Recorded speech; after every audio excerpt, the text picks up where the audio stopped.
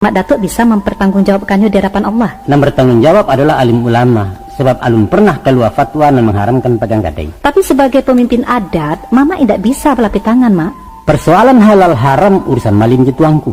Kami nenek mama tunjuk ke beliau.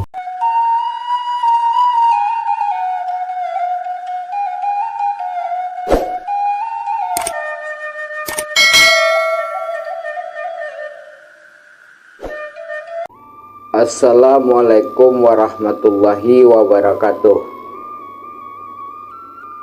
Gantang panuah cupak belanjuang sukatanana Minangkabau. Yuk sambah salam dianjuang jika ukui juk jangko nanta lampau. Usana Minang Mustika Jaya nambu cintoi. Semoga selalu berada dalam keadaan sehat walafiat dan selalu dalam rasa syukur kepada Allah Subhanahu wa taala. Amin ya rabbal alamin. Alhamdulillahirabbil alamin. Tanda syukur kita kepada Allah terhadap nikmat-nikmat nanalah kita rasakan, dan bersalawat kepada Nabi dengan mengucapkan Allahumma sholli ala Sayyidina Muhammad wa ala ali Sayyidina Muhammad. Dalam video ko Dusana Minang Mustika Jaya, kita akan mendengarkan pembahasan tentang pagang gadai yang berlaku di ranah Minang Salamoko, di mana pagang gadai ko dalam tatanan Islam adalah termasuk dalam kategori riba, artinya haram. Jadi Salamoko yang terjadi di Minangkabau, pagang gadai itu hal biasa dan ada aturan dalam adat. Dan cerita soal pagang gadai ko pun sahabatnya pada zaman saya ulama besar Syekh Ahmad Khatib Al-Minangkabawi saja yang merupakan ulama besar, bukan di tanah air tapi di dunia, karena menjadi imam besar di Masjidil Haram, sempat ingin menghentikan sistem pagang gadai yang merupakan riba tersebut. Namun pada saat itu Niniak Mama saratu ulama di Minangkabau menantang sampai-sampai beliau tidak amuah memijakkan tanah di ranah Minang. Saking teragaknya ke ranah Minang hanya celiak dari kapal saja di Teluk Bayu. Baitulah karihnya Niniak Mama saratu ulama mempertahankan pagang gadai ko pada zaman siswa. Memang kita rasakan sebagai kemenakan terkadang untuk mengkritisi, untuk bertanya tentang kebiasaan yang menurut logika kita tidak lazim.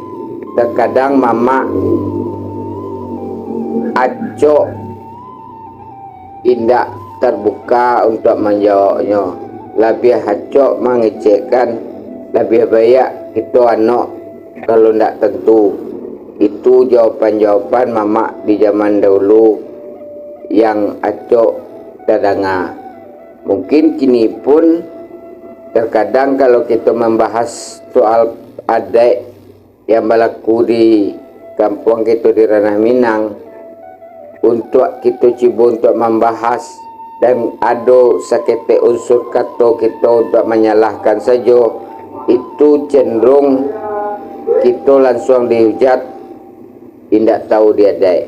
Padahal adat merupakan buatan manusia, tentu bisa saja berubah, bisa saja direvisi, bisa saja ada perbaikan-perbaikannya. Dalam video ko kita akan dengarkan pandangan-pandangan adai satu ulama tentang pegang gadai yang terjadi, yang berlaku di ranah Minang. Itu akan dengarkan ulasan dari Buya Ristawardi Sarato Buya Gus Rizal Gazahar yang merupakan Ketua MUI Sumatera Barat saya kini. Sarato akan kita dengarkan diskusi adai antara Mama Angku Yus Datuk Papatiah dengan kemanakannya yang mempertanyakan soal pagang gadai yang merupakan sistem yang berlaku di Minangkabau namun riba. Mari kita sama-sama dengarkan dusana kasedunya. Kalau kita lihat Al-Quranul Karim surat Ali Imran ayat 132. A'udzubillahi minasyaitonirrajim. Bismillahirrahmanirrahim. Ya ayyuhalladzina amanu la ta'kulur riba adha'afan mudha'afah. Wahai orang-orang yang telah beriman, janganlah engkau makan riba berlipat ganda. Kemudian ada ayat lain, wa halallahul bai'a wa harramar riba. Dihalalkan jual beli dan diharamkan riba. Kalau kita kaitkan dengan agama di Minangkabau, ini sudah turun temurunnya orang pagang gadai ini. Orang minjam uang kemudian sebagai agunan diberikan sawah atau ladang ya, atau kebun. Kemudian kebiasaan di Minangkabau itu lahan yang sudah diberikan sebagai agunan tadi diolah. Kemudian apa saja yang ditanam diambil hasilnya. Nah, dari kajian-kajian yang kita simak menurut Islam, tapi di Minang ini sudah biasa saja, bahwa tanah yang kita pegang itu tidak boleh diolah, hanya sebagai agunan, maka hasilnya riba. Nah, ini sudah banyak kajian-kajian yang disampaikan oleh Ustaz Samad Adi Hidayat, walaupun umurnya muda ya, tapi ilmunya sangat tinggi. Menurut Islam jelas hasil dari pegang gadai yang diolah itu riba, tidak boleh kita makan. Jadi di Minangkabau falsafahnya memang adat bersandi sarak, sarak bersandi kitabullah. Bagaimana kaitannya dengan pagang gadai? Kan? Kemudian sarak mengatur, adat memakai. Jadi apa yang sarak mengatur itu adalah dalil-dalil yang ada di dalam Al-Quran atau di dalam hadis Rasulullah Sallallahu Alaihi Wasallam. Jadi sebenarnya pagang gadai yang dilakukan di negeri kita ini tidak ada kaitannya dengan sarak, malah sarak melarangnya. Semenjak saya kecil ya di kampung, itu sulit sekali bagi yang punya tanah sawah itu untuk menebus, malah ditambah, kan? Ditambah. Misalnya dulu orang kan dengan rupiah emas, ringgit emas, uang suku emas, itu ditambah satu uang tali, ditambah. Jadi semakin banyak. Jalan keluarnya bagi orang yang inginnya terlepas dari yang haram. Berapa tahun tanah ini sudah diolah, hasilnya diambil. Jadi uang yang dipinjamkan tadi tidak diminta lagi. Jadi dihitung saja dengan hasil yang telah dipungut selama ini. Maka uang tadi tidak diminta oleh yang punya uang lagi. Tanah dan sawah tadi dikembalikan kepada yang empunya. Yang perlu kita saling memaafkan lagi dengan orang punya, kalau misalnya lebih, agar dia dapat merelakan. Kalau uang kita dengan hasil yang kita pungut selama ini tidak sebanding, kita relakan juga. Jadi akhirnya kita terlepas dari yang haram. Begitu aja lagi caranya untuk mencari jalan keluar. Ya banyak sekali orang tidak bisa menebus lagi ini.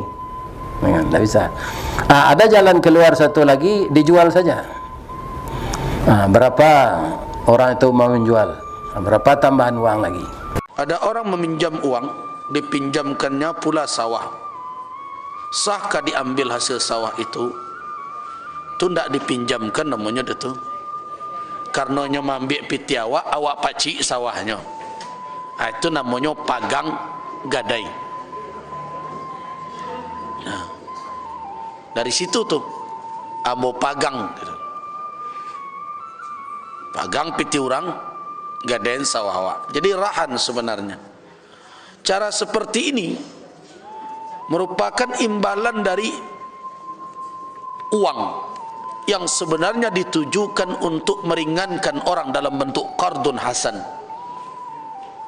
Nah, mendapatkan manfaat dari pinjaman baik seperti itu adalah salah satu bentuk dari riba. Sebab kalau kita mau mendapatkan keuntungan, maka harus ada resiko yang dipikul. Kalau bukan jual beli. Sekarang tidak. Satu pihak beruntung terus dengan menerima penghasilan sawah. Malah sudah bercucu-cucu, gadai ini tidak pernah ditebus atau ditauri. Dan selama itu orang yang punya uang terus mengalir kepadanya manfaat dari uangnya. Tapi anehnya, hutang orang itu tidak pernah mau dia bebaskan, tetap seperti itu juga. Kalau 3 ringgit ame 3 ringgit sampailah ampilah 3 abad, tetap sebegitu juga. Nah, itu adalah salah satu bentuk dari riba. Karena itu penghasilan seperti itu tidak halal. Nah, sekarang perbaikilah kembali pagang gadai yang seperti itu. Kembalikan sawahnya. Suruh dia untuk mengelola sawahnya, biar dia yang mengurusnya dan mendapatkan hasilnya. Tapi dengan catatan, kembalikan uang saya dalam waktu sekian lama. Buat kembali akad seperti itu. Kalau tidak dikembalikan, maka alternatifnya adalah sawah ini kita jual, dan hasilnya bayarkan, keluarkan duit saya, dan sisanya silakan ambil oleh orang yang punya sawah. Harus bertegas-tegas, karena ini persoalan halal dan haram yang akan kita makan dan yang akan dimakan oleh anak cucu kita. Sudah terlalu lama kita terjerembab ke dalam muamalah yang seperti ini, yang akhirnya menyebabkan kita ragu akan hukumnya, padahal dia sudah jelas merupakan riba. Soal pagang gadai. Beli ya? Enggak ada. Menurut pendapat Amo Kembaa, Nah, pagang gadai itu hukumnya haram. di mana tak Arabnya? Riba. Definisi riba itu apa? Nah, dikatakan riba yaitu praktek pinjam meminjam, di mana pihak si peminjam wajib melebihi nilai pinjamannya saat memulangkan berdasarkan perjanjian. Apa kelebihan nilai pinjam dalam pagang gadai? Hasil padi dari sawah yang dipagang. Ya, mbak paham tuh. Malah menurut kaji dan pedangnya, seseorang yang meminjam jawih kurih dengan syarat harus mengembalikan jawih gapua, maka kelebihan dagingnya itu termasuk riba, kecuali tanpa perjanjian, namanya hadiah. Nah, kalau itu apa sebab pagang gadai dilakukan orang Jawa? Itu artinya adatlah melegalkan perbuatan maksiat. Sebenarnya ada beberapa dalil yang menghalalkan pagang gadai. Umumnya orang berpendapat bahwa transaksi pagang gadai itu namanya hibah. Hibah atau hibah? Hibah artinya pemberian lepas, tapi kalau hibah saling pinjam dan saling memanfaatkan. Pihak yang menggadai mengambil manfaat dari piti gadaian, sedangkan si pemagang mengambil hasil dari sawah yang dipagangnya. Alasan itu lemah dan tidak akurat, nak. Bakilik-kilik jatuhan sekadar maindakan dosa. Tunggu dulu, nambu taruhan. Tarikanlah, mak. Nah, pendapat yang lain menghukumkan darurat karena tapasuh. Tidak ada jalan lain untuk mendapatkan pinjaman kecuali melalui pegang gadai. Karena darurat, nan haram bisa jadi halal, begitu? Boleh, babi pun menjadi halal kalau tidak ada makanan lain sekadar panang kalapa. Begitu juga halnya dengan bank. Hampir sepakat para ulama menghukumkan bunga bank itu riba. Tapi sementara alun ada ditemukan sistem alternatif pengganti fungsi perbankan, maka dihukumkan fiddarari, artinya halal karena tapaso. Tanpa bank ekonomi lumpuh. Kini kalah ada bank syariah, Mak, dengan sistem bagi hasil. Itu sebabnya bunga bank berbalik haram. Baiklah. Kini ada dua alasan syar'i nan menghalalkan pagang gadai. Itu satu pendapat. Ya. Tapi ada pendapat lain yang menolak bahwa pagang gadai termasuk kategori riba. Nah, Mamak sendiri tagak di mah? Sebagai orang awam, ambo mengikuti praktek nalah berjalan salamonangko. Mak Datuk bisa mempertanggungjawabkannya di hadapan Allah. Yang bertanggung jawab adalah alim ulama, sebab alun pernah keluar fatwa dan mengharamkan pagang gadai. Tapi sebagai pemimpin adat, Mama tidak bisa berlapis tangan, Mak. Persoalan halal haram urusan malim tuangku. Kami nenek Mama tunduk ke beliau. Balik ke pokok masalah, Mak. Jadi dilihat kepada hukum adat, alasan menggadai alun bisa dikatakan darurat. Sebab keperluannya bukan untuk hal-hal yang mendesak. Masa untuk mengisi atau bocor saja harus pakai menggadai bagai? Iya. Nah, coba mau terangkan substansi pagang gadai menurut adat. Lah, pada prinsipnya harta pusaka tinggi itu indak boleh dipindahkan ke orang lain. Lafaz undangnya, dijual indak dimakan bali, digadai indak dimakan sando. Sando itu apa, Mak? Sando artinya sandra, jaminan atau agunan. Tarikalah, Mak. Terkecuali basuh ampe pasal, baru boleh digadaikan. Nah, nampe pasal. Cobalah, Mak, tu nampe. Tamu rumah gadang ketirisan. Gadih gadang indak balaki, maik tabuju ate rumah dan adai indak berdiri. Artinya apa, Mak? Artinya kalau indak ada biaya merenovasi rumah gadang, untuk paralik mengawinkan kemanakan padusi, untuk upacara kematian dan untuk bertagak penghulu baru, boleh menggadai. Kampe pasal tu urusan enteng nanda paralu menggadai itu, Mak. Itu menurut kondisi kini. Tapi kita mengaji Minangkabau tempo dulu dimasuk aturan pagang gadai di buat orang. Jadilah, Mak. Menurut masyarakat Minangkabau, ampe masalah itu sangat vital dalam menjaga citra dan martabat kaum di lingkungan pergaulan umum. Itu yang pertama ke Yang pertama, rumah gadang adalah lambang kesatuan suku. Iya. Oleh karena itu, secara fisik rumah mesti utuh dan terawat, malah ijan kalah mentereng dari rumah orang lain. Dan kedua, kedudukan wanita ditampilkan di posisi dan paling terhormat sebagai tampang pelanjut keturunan. Itulah sebabnya perkawinannya diselenggarakan begadang-gadang dan menjamu orang sanagari, di samping kewajiban-kewajiban lain sepanjang adat. Terima, yang ketiga. Dan ketiga, upacara kematian dilaksanakan dengan biaya nan tak seketek. Bukan sekadar pembalik kapan jepapan saja, tapi manigo menuju hari, mampe puluh sampai 100 bahkan hingga 1000 hari. Selama itu pula diadakan alek jamu. Orang siap pembaca tahlil, mencabiak katan, memandikan mayit, menyumbayangkan talakin segala macam, seadanya main upah ndak ada namperai. Iya. Dan kampe, batagak pengulu membantai kabau, memancang alek berhari-hari, mengundang ragam kesenian, membali kelengkapan datuk baru. Nah, dek kesadonyo perlu biaya banyak, sedangkan bareknya indak tapiku koringannya indak tajinjiang, maka disinalah saatnya menggadaikan sawah pusako. Guna kain penyiam-yang guna harato palampok malu. Itu kan dulu, Mak, sama seorang bodoh-bodoh banyak kurafat jo bid'ah. Kini negara kita kalah berubah lah, maju lah, reformasi bagai kata orang, kesadaran bagamu lah tinggi dan orang berpikirlah ekonomis, dan lah saatnya keraja mubazir ditinggalkan. Pagang gadai indak paralu. Aturan-aturan ada itu mesti diamandemenkan, indak paralu lagi dipertahankan. Rancak. Tapi urusannya indak semudah itu, kemana kan? Selain dari keabsahan hukumannya diragukan, dampaknya sangat buruk di bidang sosial dan ekonomi. Apalagi menjadi sarang KKN nenek mama, nah mencari kesempatan dalam kesepitan anak kemenakan. Itulah poriki bola tu kemenakan. Korok kami usah dibawa-bawa silang ke jiwa. Maaf. Mungkin si ambo oknum pangulu. Oknum ya, itu entahlah. Sebagian memang ada je nama itu. Ya barangkali mama adun tahu kalau undang-undang agraria menetapkan umur gadaian cuma 6 tahun. Asal apa itu sawah pulang ke nampunyo. Piti gadaian indak babaliak. Hasil selama itu dianggap palunasi hutang. Tapi nampaknya nenek mama alun berani mematuhi aturan negara tu atau takui je masyarakat. Ya, kau kemanakan mahaja atau raja gini kau? Hah? Akhirnya lama kesempatan menerangkan sudah dulu. Deko lama nyolo. Jadi malah mak lanjutkan lah mak. Adapun latar belakang pasal demi pasal yang membuliahkan menggadai tadi dipahami kiasannya usah membaca nanta sure. Begitu mak.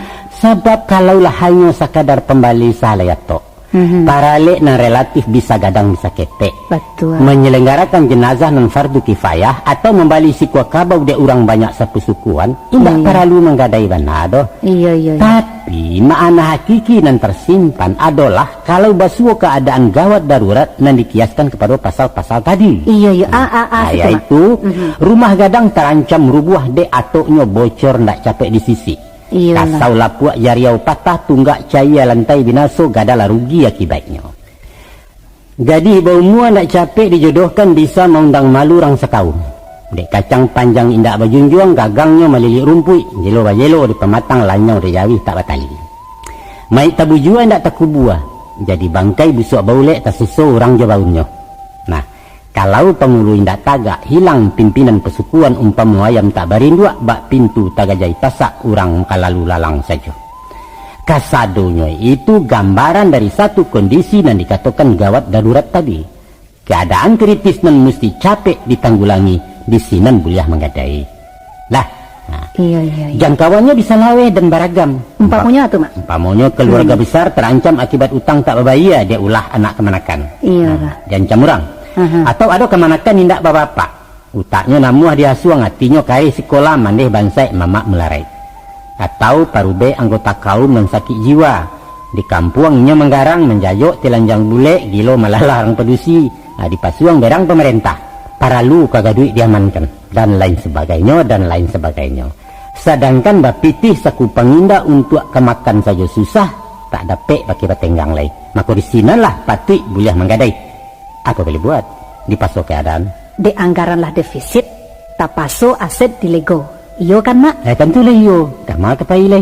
Itu teori mak. Tapi prakteknya di masyarakat, orang manggadai de ingin tak puji dalam kampung. Baralik mengundang organ tunggal atau ingin bahondanan ba orang, balaya sawasa lupa. Itu karajo nan menyimpang. Indak basuh alo je patui alasan bercari-cari pipi ditembak je Mariam. Nan parahnya, si mama nan seharusnya mengayomi kemanakan malah beliau nang kareh nak menggadai. Dek pangulu merestui ke? Dek apa? Capek-capek manikan sore nak mendapat. Nampak sekarang atas sirah-sirah ya mak. Oknum. Jadi nampak-nampaknya adat indak baik itu saja membuka pintu pagang gadai ya mak. Sayang dispensasi itu disalahgunakan deh orang. Betul. Memang nan sabana hakikinya menggadai itu adalah ibarat pintu emergensi, pintu darurat nan hanya dipakai di mata sesak, bukan jalan umum melenggang panjang. Tapi jangan salah, ada di satu daerah orang sama sekali tidak membenarkan menggadai, seakan-akan diharamkan di masyarakat. Apa dasar pelanggarannya mak? Nenek mamanya menerjemahkan alasan adat buliah menggadai tadi lebih ekstrim dan mutlak. Indak buliah. Baat terjemahan menurut beliau. Katanya macam itu.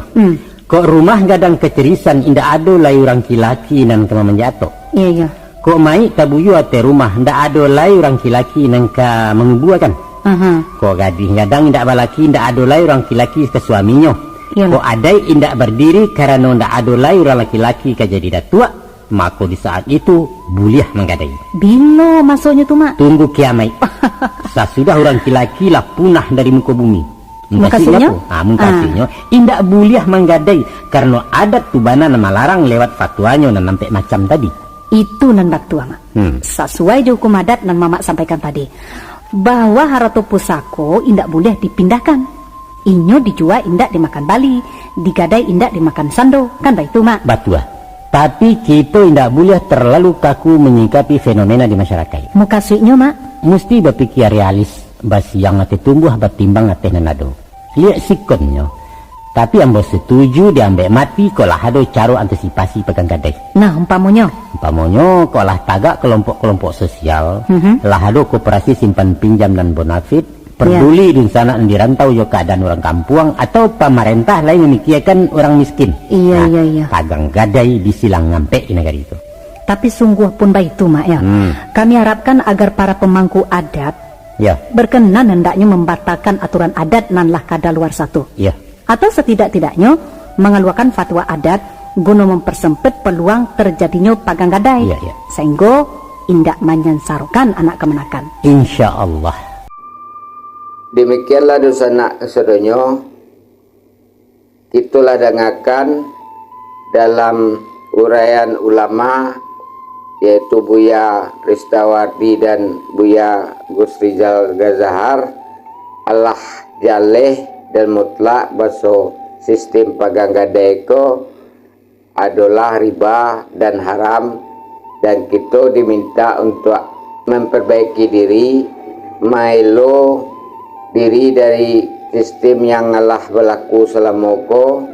Malah jika ada yang kita pegang, rilakan, ikhlaskan untuk mengembalikan agar kita terhindar dari dosa ribanya.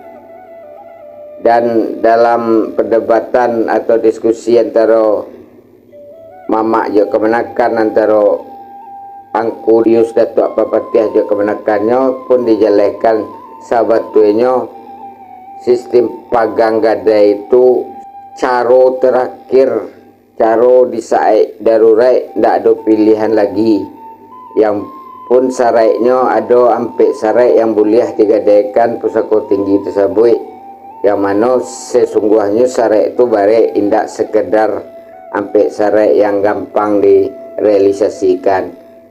Secara tersirat adek pun indak mengizinkan pagang gadai ko, namun secara yang terjadi malah menjadi kebiasaan kita dalam bermuamalah tolong menolong sesama antar kita. Dalam diskusi adek antara Angku Yus Datuk Papatiah jo kemenakan tadanga dan telik sangat terbuka. Seharusnya niniak mama kita memang harus begitu. Namun terkadang oknum niniak mama nan menggantungkan duit dengan tanah pusako itu paling anti untuk berdiskusi juga kemenakan, apalagi menyangkut tentang hak pusako. Banyak oknum-oknum itu yang ada di tanah Minang saya kini yang berasa. Ba'a menurut dosa nak kesadonyo silahkan berpendapat agar kita bisa berdiskusi, karena ada Minang yang selama kita banggakan tentu ada kekurangan, ada cacatnya, ada kurang eloknya. Alangkah baiknya generasi muda pun membahas sehingga bisa selalu memperbaiki agar ranah Minang yang falsafah adek basan di sarak basan di kitabullah batwe murni falsafah tu terlaksana, realisasinya nampak di tengah masyarakat hendaknya. Itu dulu video kita kali ko. Mohon maaf hati segala kekurangannya dan kelancangan nambah. Terima kasih atas segala perhatiannya. Wassalamualaikum warahmatullahi wabarakatuh.